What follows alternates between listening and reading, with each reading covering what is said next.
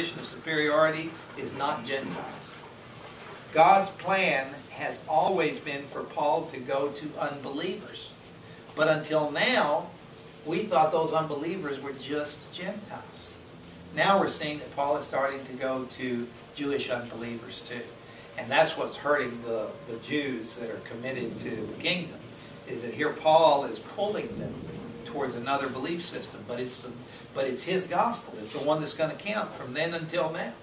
So it's things are changing. Let's go back. Let's go to Acts chapter 23, verse 11.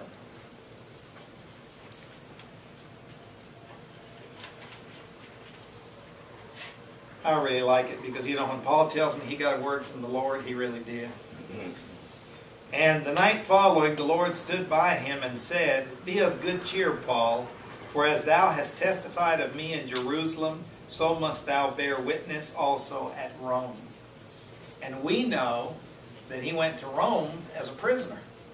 Not he hopped a bus and went there because he decided that was the place for him to preach next. But that was God's plan. Let's go back to Romans chapter 9. Did he die in prison? That's what tradition tells us, but it's not what the Bible tells us. It doesn't tell us.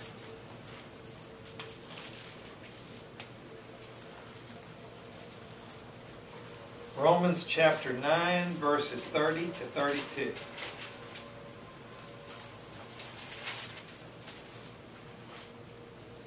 Chapter 9, verses 30 to 32. I'm there. And so Paul is saying, he says, "What shall we say then? That the Gentiles, which followed not after righteousness, have attained to righteousness, even the righteousness which is of faith." So he's saying here, what the Jews looked down all their life at, the dirty old Gentiles, he's saying, what are we saying? That they that didn't follow after righteousness, that didn't try to obey the law, that didn't do right, that in fact they've attained to the righteousness which is by faith. They've achieved righteousness, the righteousness that the Jews have always tried to achieve. He says in verse 31, "But Israel, which followed after the law of righteousness," they taught from little children on up the laws of Moses, "hath not attained to the law of righteousness." He says, those Jews that taught it and lived by it supposedly all of their lives, they haven't gotten it. He says, "Wherefore?" Or why not? "Because they sought it not by faith, but as it were by the works of the law, for they stumbled at that stumbling stone." And I really can't look at this without thinking, because see, just imagine, here's a Jew, and he's got sacrifices. So even when he messes up and he sins, well, God gives him a way to atone for that sin through the sacrificial system. But they didn't seek it by faith. That means they didn't truly believe. They picked up just the rituals. And the reason that's so easy for me to understand is because I remember my religious friends in Mexico, that they were told by their religion that if they just went in on Sunday and confessed, and then did enough of those Hail Marys afterwards, that they were forgiven.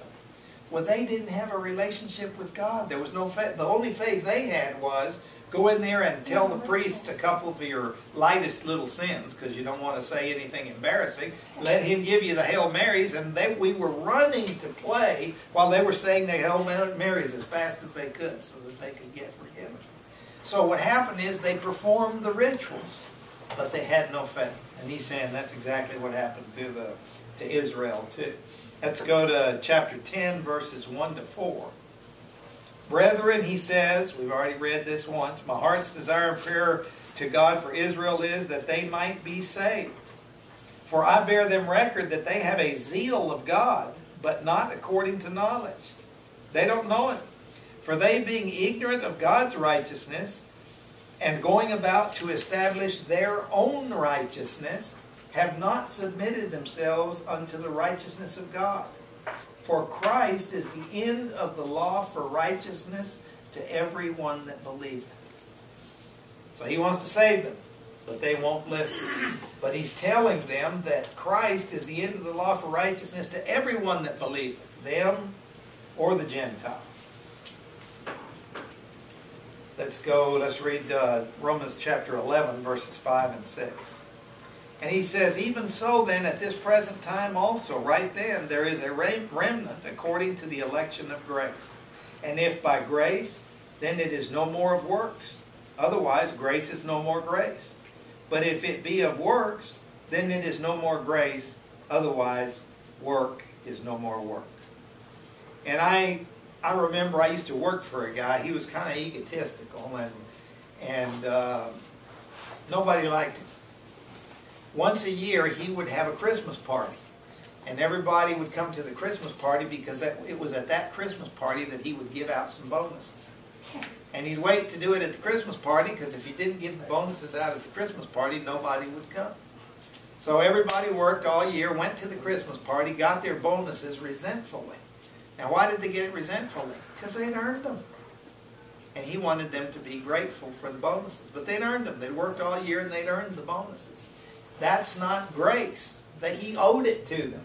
But he wanted them to act like he was doing them a big favor. Well, he made them earn it. So it's not a big favor anymore. They earned it. It's theirs. He was just handing them what was theirs. But he was making them come to the party to receive it.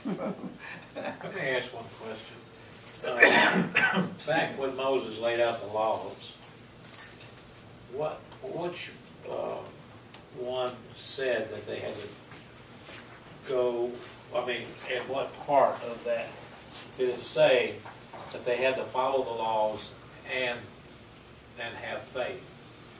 It was in the beginning of the law when he laid it down. Well, yeah, he presented the law to them, but what's important and was important from the beginning, he didn't say follow this law and have faith. He says, I am God, and he gave them some rules to follow. But he never told They them. followed the rules, but forgot about God. Yeah, okay. That's why I always make that comparison to when my mom was trying to get us to say thank you for the food. You know, as we weren't thankful, we just learned some words. The words without the faith don't count. The words without the gratitude was not what she wanted. She wanted gratitude. And that's what God wants too. And the law was to show them, like a schoolmaster, here's how you do it. But they abused it. Instead, they just said, okay, we'll do these little things, and then we won't worry about God anymore.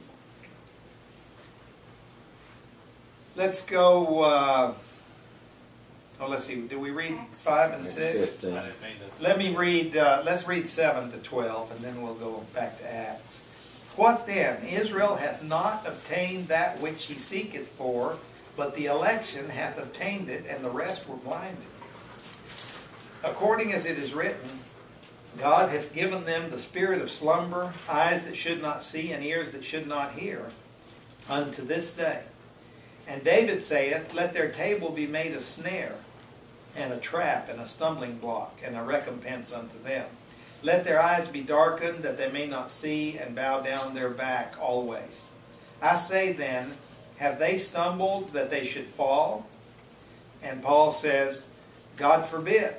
For rather through their salvation, through their fall, salvation has come unto the Gentiles, for to provoke them to jealousy. So yes, they fell. They were put aside. They fell so that salvation could come to us Gentiles. But as we've read before, once it was offered to us Gentiles by grace, then he could offer it to them also by grace. And that's why in verse 12 he says, now if the fall of them, of Israel, be the riches of the world, and the diminishing of them, the putting down of them, is the riches of the Gentiles, how much more their fullness? How great will it be when the ones that do believe in the Lord finally return to the Lord and take their kingdom? Let's go back to Acts chapter 15, verse 10. Now, it's a little tough sometimes on this part because we're talking about the Jews.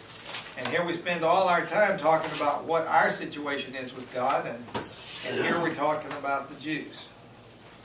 Acts chapter 15, verse 10.